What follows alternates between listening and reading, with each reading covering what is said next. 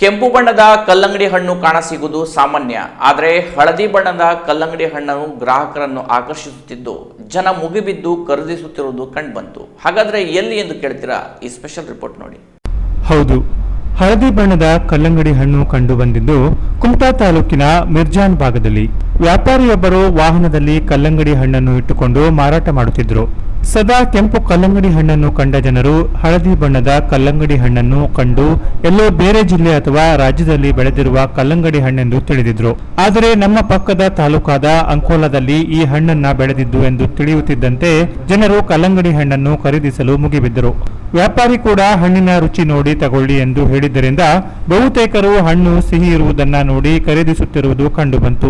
ಈ ಕಲ್ಲಂಗಡಿಯ ಒಳಭಾಗದಲ್ಲಿ ಹಳದಿ ಬಣ್ಣವಿದ್ದು ಕೆಂಪು ಕಲ್ಲಂಗಡಿಗಿಂತ ಹೆಚ್ಚು ಸಿಹಿ ಮತ್ತು ನೀರಿನ ಅಂಶ ಹೆಚ್ಚಾಗಿರುವುದು ಕಂಡುಬಂತು. ಕೆಜಿಗೆ 40 ರಿಂದ 50 ರೂಪಾಯಿಗೆ ಮಾರಾಟವಾಗುತ್ತಿರುವುದರಿಂದ ಗ್ರಾಹಕರನ್ನ ಕೈಬೀಸಿ ಕರೆಯಿತು. ಕಲ್ಲಂಗಡಿಯ ಬಣ್ಣ ನೋಡಿಯೇ ಕೆಲವು ಗ್ರಾಹಕರು ಖರೀದಿ ಮಾಡುತ್ತಿರುವುದು ಕಂಡುಬಂತು.